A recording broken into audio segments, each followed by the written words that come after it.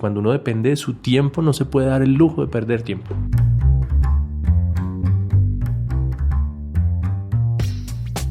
Bienvenidos a Freelo, el primer podcast en español para todos los que soñamos con la libertad de ser independientes, de alcanzar nuestras propias metas y lograrlo con nuestro propio tiempo, nuestras reglas, nuestro sello. Este es un podcast hecho por Wix en coproducción con Naranja Media, en el que sabemos que una herramienta, una idea o un método puede hacer toda la diferencia en la vida freelancer, y por eso salimos con la misión de hablar con las personas que ya se han convertido en freelancers exitosos para lograr destilar los mejores aprendizajes de sus historias.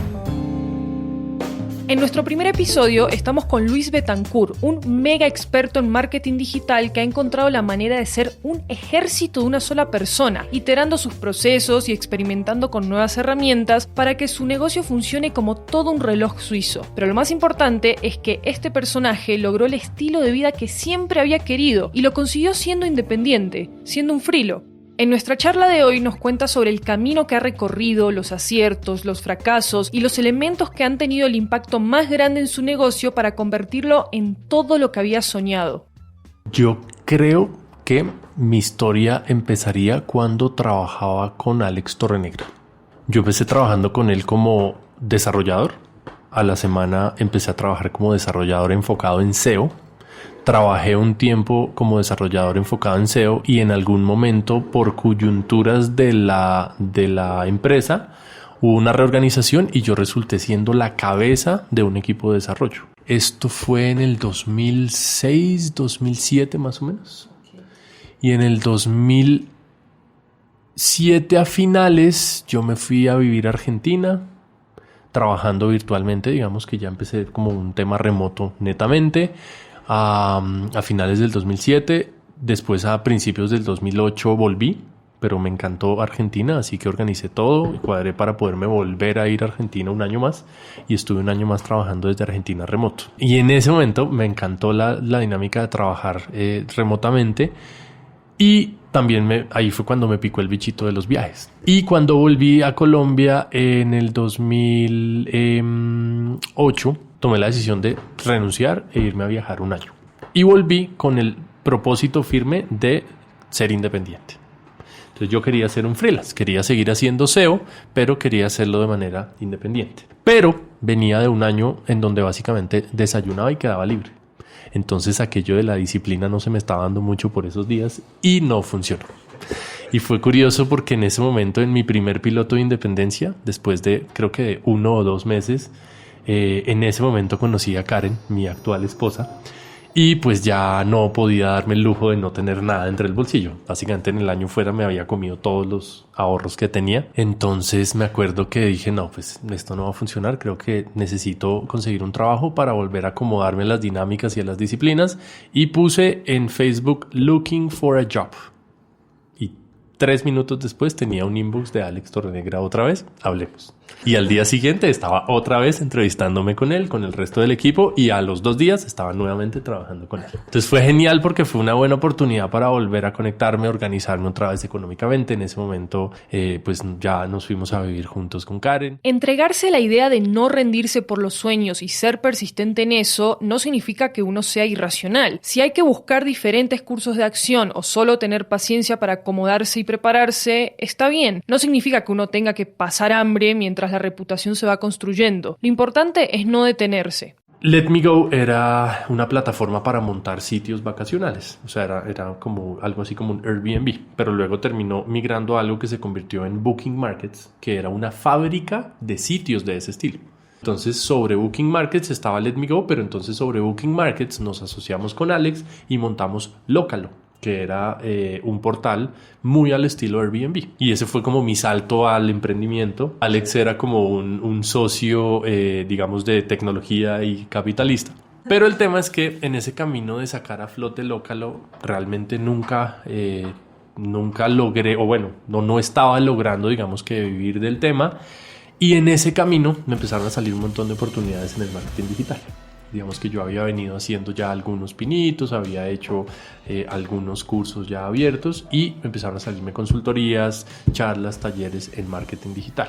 Entonces en algún momento era como la vida mostrándome un montón de oportunidades en el marketing digital y yo aquí luchando con local. Entonces en algún momento pues me di cuenta que la cosa no estaba prosperando. En ese momento pues ya digamos que llegó al final la inversión inicial que me había dado Alex para sobrevivir esos días o esos meses, y pues básicamente la decisión fue: si no produzco, no como. Y pues lo que me estaba dando para producir era lo que estaba saliendo de cursos, de charlas, de entrenamientos y consultorías en SEO específicamente. Entonces decidí hablar con Alex, dejamos Lócalo allí y me enfoqué completamente en el tema de independiente. Me dediqué a hacer consultorías, entrenamientos, charlas, cursos, talleres, bueno.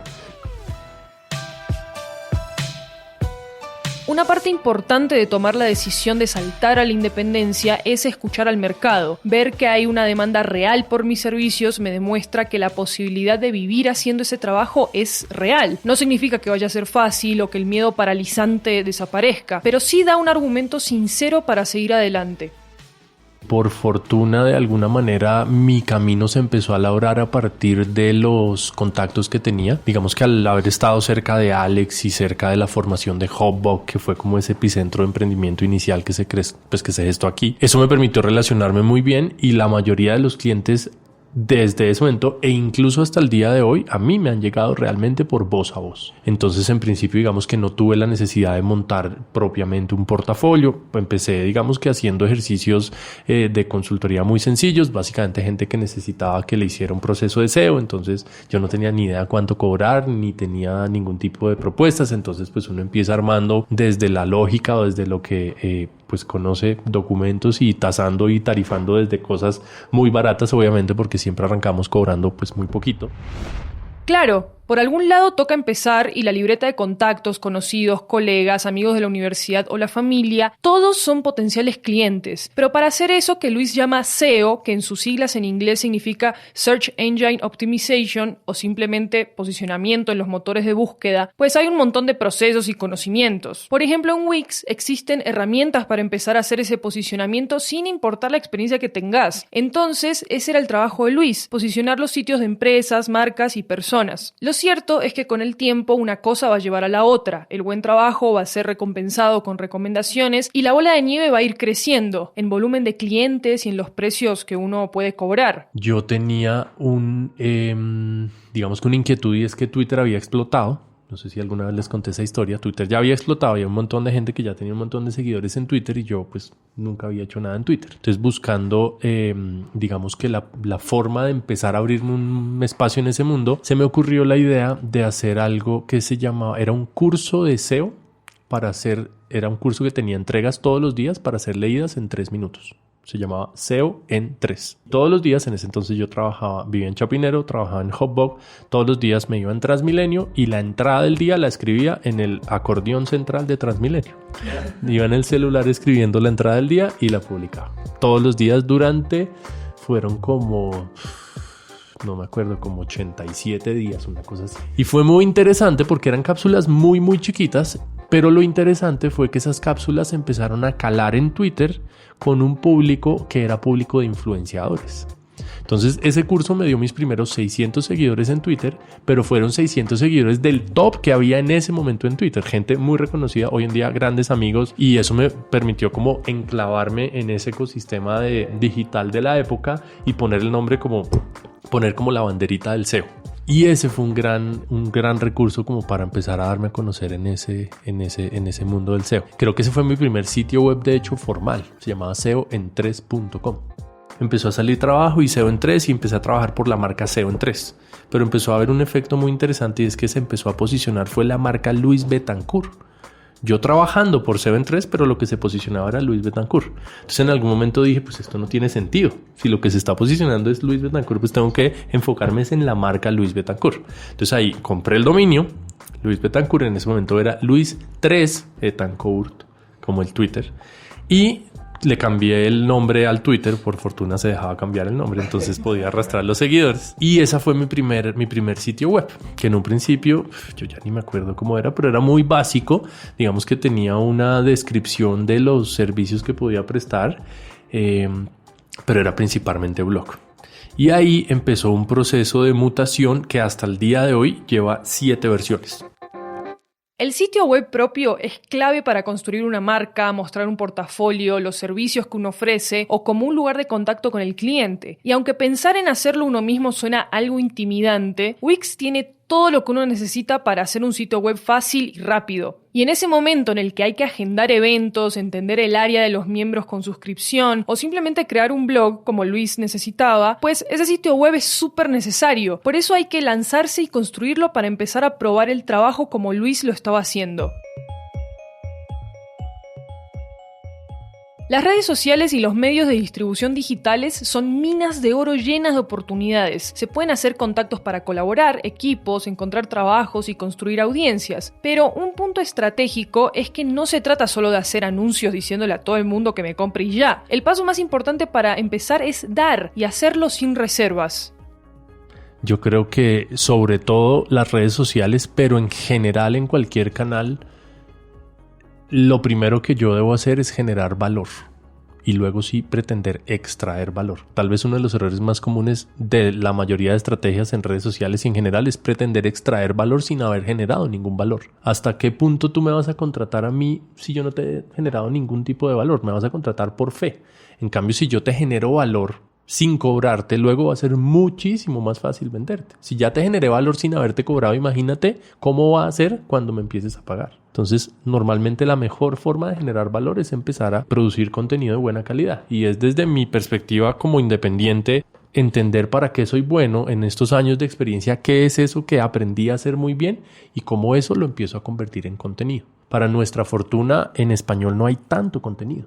Si nos vamos a mercados como el inglés o el europeo, el contenido es demasiado. Ya es muy difícil empezar a sobresalir. En español todavía hay muy poco contenido. Yo creo que es pensado hacia el cliente final, pero pensando en sobresalir en lo que sabes. Seguramente es un mix entre lo que yo hago bien y mi tipo de cliente. Yo creo que definitivamente uno tiene que llamar la atención de alguna manera. Creo que SEO en 3 fue mi manera de llamar la atención. Hacer conciencia de uno mismo es un primer paso muy importante, porque de ahí es que uno puede entender qué es lo que quiere hacer, qué quiere comunicar, qué puede dar y qué puede hacer por sus clientes. Asimismo, puede ver uno en dónde tiene lados flacos para trabajar en ellos y fortalecerlos. Empezando con la independencia, la incertidumbre más grande y el miedo que paraliza a la mayoría es sobre los ingresos. La posibilidad de temporadas en las que no hay ventas es una realidad y va a pasar con toda seguridad. Lo que nos cuenta Luis es que para hacerle frente a ese tema entendió que tenía que moverse con una buena estrategia.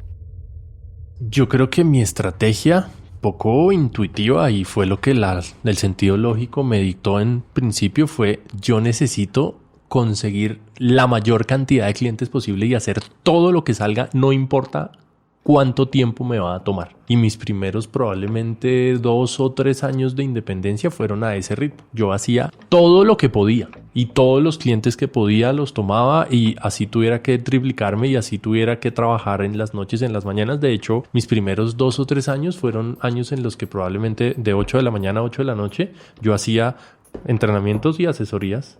Y luego, antes de las 8 de la mañana y después de las 8 de la noche, implementaba cosas, corría campañas, hacía análisis de palabras clave, hacía todo lo que había que hacer.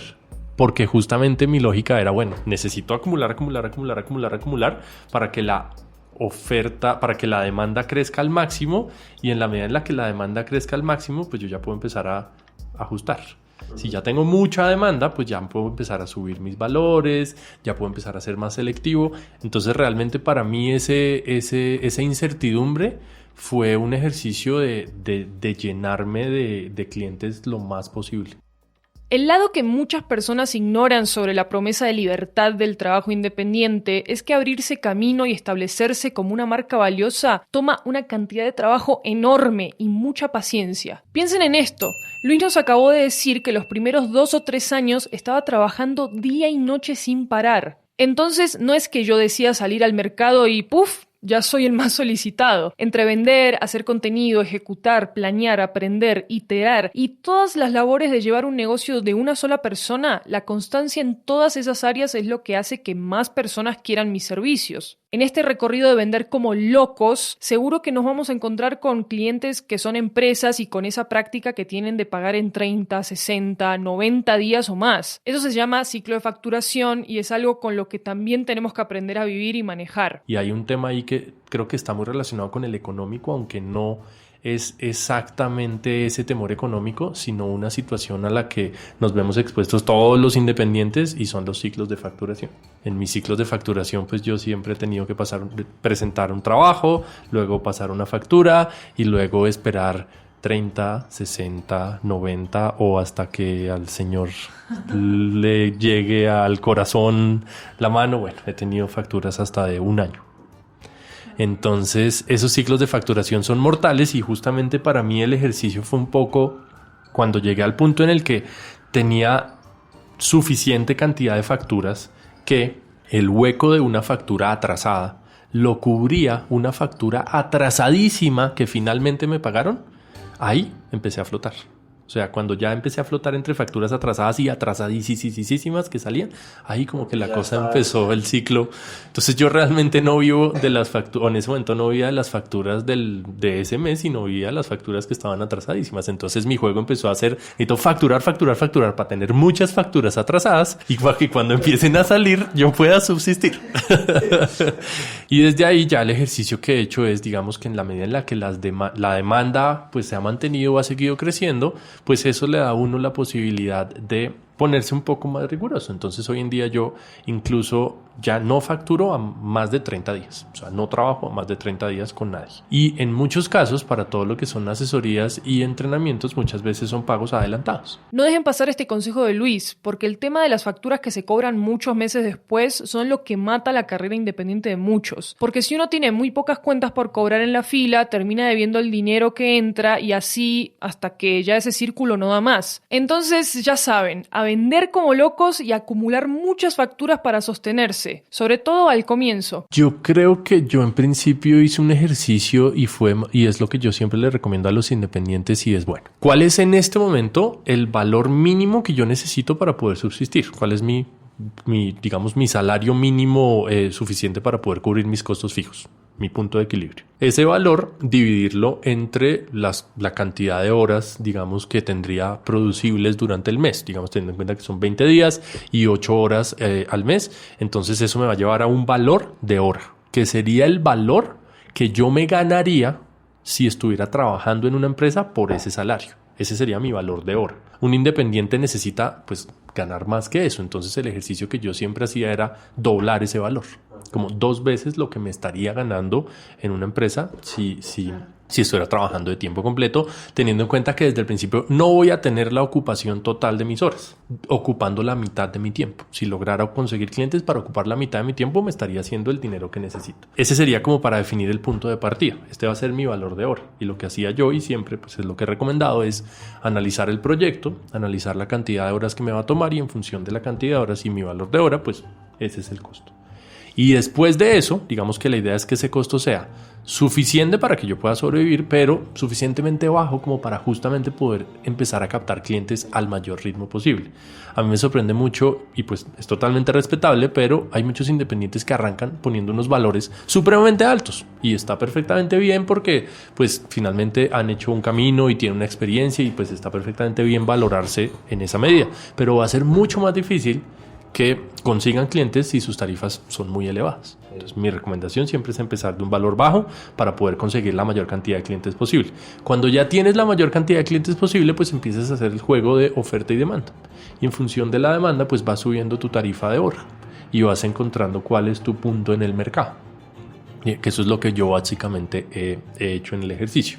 Dado que yo vivo de mi tiempo y tengo que monetizar mi tiempo, pues tengo un reto que es el que tenemos todos los independientes y es que pues no somos escalables. Tenemos la posibilidad de producir el tiempo que tenemos.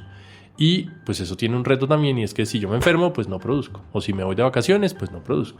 Entonces el ejercicio para mí, para poder ir equilibrando eso, pues ha sido ir aumentando el valor de mi hora. Ha sido como valorizarme como persona. Exactamente. Yo sé que esto suena algo complejo, pero la clave acá es entender que tú tienes solo 24 horas al día, lo cual implica que tu tiempo para trabajar es limitado y partiendo de eso hay que entender muy bien cuánto vas a cobrar por cada hora para poder vivir de lo que estás haciendo y poder vivir como querés. Y esto también es un tema de ego. Si nadie me conoce y estoy cobrando carísimo, ese avión no va a despegar. Eso es como cuando la gente entra al gimnasio por primera vez y se va a levantar las pesas más grandes del lugar. Eso no va a salir bien. Y con eso que Luis nos ha contado hasta ahora, suena como a que el único camino a seguir fuera construir un equipo y hacer una agencia de marketing. Entonces le preguntamos qué opinaba sobre esa idea y esto fue lo que nos dijo. Efectivamente, en la medida en la que empezaron a llegar más y más clientes, pues llegó un punto en el que a mí ya no me daban las manos y efectivamente estaba trabajando más o menos me levantaba como a las 3 o 4 de la mañana para tener 4 horas de producción en la madrugada y me acostaba a las 12 de la noche terminando de dejar cosas listas. Entonces, pues llegó un punto en el que el camino natural parecía ser crear una agencia, empezar a contratar a alguien para poder delegar y empezar a armar un equipo de trabajo para poder atender a más clientes. Ese digamos que es el camino natural, es lo que estamos acostumbrados a que suceda. Pero yo sentía que no era el caso, que no me sentía cómodo. Incluso en ese momento mi primer intento fue contratar un asistente, como para que me ayudara con las cosas más operativas, la creación de las facturas, hacerle seguimiento a los pagos, bueno, como ese tipo de labores más operativas. Y me acuerdo que fue más el desgaste de tratar de explicarle exactamente qué era lo que necesitaba que hiciera que hacerlo yo mismo. Entonces, pues fue un piloto fallido de un mes y chao. Y ahí me di cuenta que que menos mal y tuve ese gran aprendizaje pronto y que el camino para mí no iba a ser tener más personas. Lo que decidí es que había otro camino que era valorizar mi marca personal para poder empezar a incrementar el valor de mi hora. Y en ese sentido, digamos que volver un poco más escalable el modelo, entendiendo que si aumentaba mi valor de hora, pues iba a tener la posibilidad de, con menos horas de producción al mes, iba a poder tener un ingreso como lo estaba necesitando. Hace un rato hablábamos de esa conciencia de lo que uno quiere y lo que a uno le gusta, y para este tipo de decisiones funciona igual, porque no todo el mundo sueña con hacer una empresa y no todo el mundo sueña con ser un ejército de uno. Y esa es una de las maravillas de trabajar como freelancer, porque uno decide todo y lo ajusta a lo que quiere hacer. Y entre esos elementos clave que se pueden ajustar para permitir que el negocio funcione mucho mejor está el sitio web. Y como ya nos contó Luis, a veces hay que cambiar mucho de sitio hasta encontrar el que mejor te funcione. Y es aquí donde Wix se vuelve una herramienta para probar fácil y rápido hasta encontrar algo que funcione en un solo lugar. Después de esos 8 intentos de websites y esos 16 años de conocimiento, Luis nos deja unos consejos para sacarle el mayor provecho posible. Yo creo que hay un elemento importante en el independiente y es la marca personal. Y la marca personal del independiente está muy ligada a su imagen. Entonces la fotografía tiene que ser un elemento muy protagónico y tal vez ese es uno de los elementos que más me gustan del sitio que tengo hoy en día. Cuando yo vendo mis servicios como persona, pues al final me estoy vendiendo a mí mismo. Entonces necesito transmitir eso que la gente quiera contratar, que la gente diga yo quiero trabajar con esta persona, me genera confianza. Por otro lado, para mí ha sido muy importante que sean muy claras las mecánicas de trabajo. Digamos que dependiendo de los servicios que yo ofrezca como profesional, que estén muy claros en el sitio web para que las personas sepan qué es lo que ofrezco y sepan cómo se tiene que, que accionar, si es un formulario de contacto o digamos que si son profesionales independientes que como yo venden su tiempo como tal. Para mí ha sido absolutamente fundamental una plataforma de agendamiento, una plataforma que le permita a las personas programar directamente las sesiones. El tema de la fotografía hoy en día es muy sencillo. Todos los celulares tienen cámaras de alta calidad, hay soportes para ubicarlos y es solo cuestión de dedicarle algo de tiempo. Incluso en Wix es muy fácil cargar una imagen tuya y hacerle algunas ediciones básicas. Y es que si uno no aparece en todo el sitio web, pues es otro anónimo de internet. Luis nos contó cómo su problema era la agenda según su venta de horas y esa es la clave de buscar herramientas, entender los procesos del día a día, los flujos de trabajo y los patrones en el comportamiento de uno cuando trabaja. Así se puede tener más claridad sobre lo que uno busca. Por ejemplo, si soy diseñador y estoy perdiendo tiempo con la transferencia de archivos grandes, entonces el objetivo es encontrar la herramienta para ese problema, que va a ser diferente según el servicio que ofrezco. Este año, de hecho, ha sido el año de la automatización. porque pues ese es uno de los retos de los independientes, además que yo particularmente pues tomé la decisión de mantenerme independiente siempre. Entonces para mí la automatización pues es la única vía para no volverme loco y para poder realmente ser productivo en todo lo que necesito hacer. Entonces creo que para los independientes ahí también hay una gran oportunidad y es apoyarse muchísimo en la tecnología para poder ser más productivos. Cuando uno depende de su tiempo no se puede dar el lujo de perder tiempo. Entonces la automatización ha sido un elemento fundamental de mi proceso y hoy en día yo diría que más o menos por ahí un 40% ya de mis labores operativas están automatizadas. El tema de las programaciones, el seguimiento de paquetes es un gran dolor de cabeza que me quité. Al principio del año automaticé mi facturación, entonces lo que hice es que ahora le delegué a mis clientes la factura.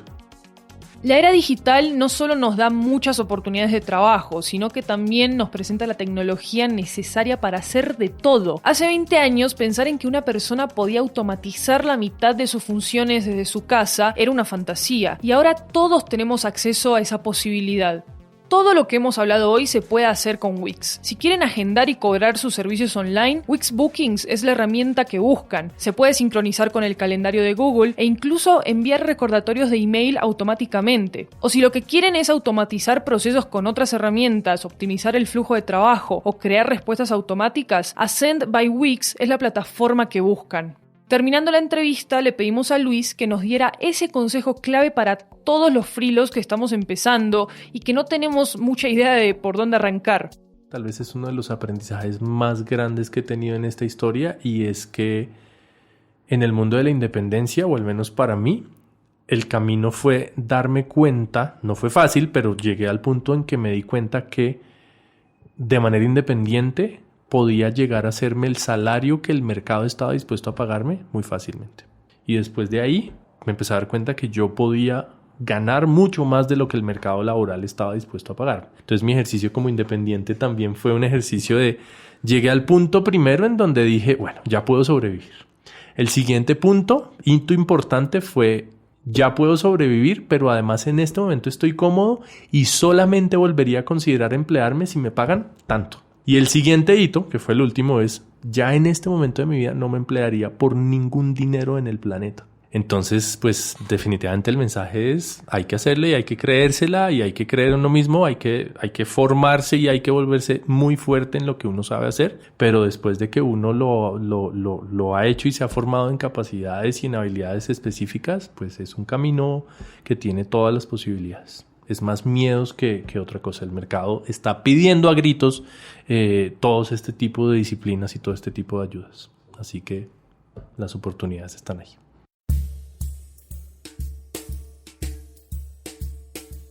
Ahora llegamos al segmento de este episodio en donde hacemos una lista de las herramientas que se pueden poner en acción ya mismo.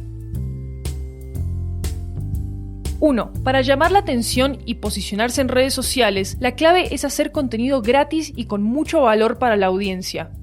2. Conocer y hacer networking en los espacios relevantes de mi mercado es muy importante para hacer una reputación y conseguir clientes voz a voz. 3. El primer paso para dejar el miedo a no ganar el suficiente dinero cuando estás empezando es acumular la mayor cantidad de clientes posible. Recuerda que la misión en este momento es hacerte conocer y empezar a valorizar tu trabajo. 4. Si tienen problemas para agendar y sincronizar sus citas, pueden usar Wix Bookings. 5. El software para organizar flujos de trabajo y automatizar se llama Ascend by Wix. 6. Por último, tomen lápiz y papel, porque aquí les dejamos la fórmula para establecer ese primer precio para salir al mercado. Entonces, si piensas cobrar por horas de trabajo, sería así. Divide la cantidad de dinero que necesitas mensualmente para vivir sobre la cantidad de horas que quieras trabajar en un mes. Ahora debes multiplicarlo por 2. Y ese último resultado va a ser lo que tienes que cobrar por hora empezando como freelancer. Esta es una fórmula básica y con el tiempo vas a poder entender mucho mejor cómo cobrar tus servicios. Pero este cálculo es una gran forma de empezar. Y listo. Con eso termina este episodio de Freelo. Esperamos que utilicen y pongan en práctica las lecciones aprendidas con la historia de Luis. Así que Luis, muchas gracias por tus secretos.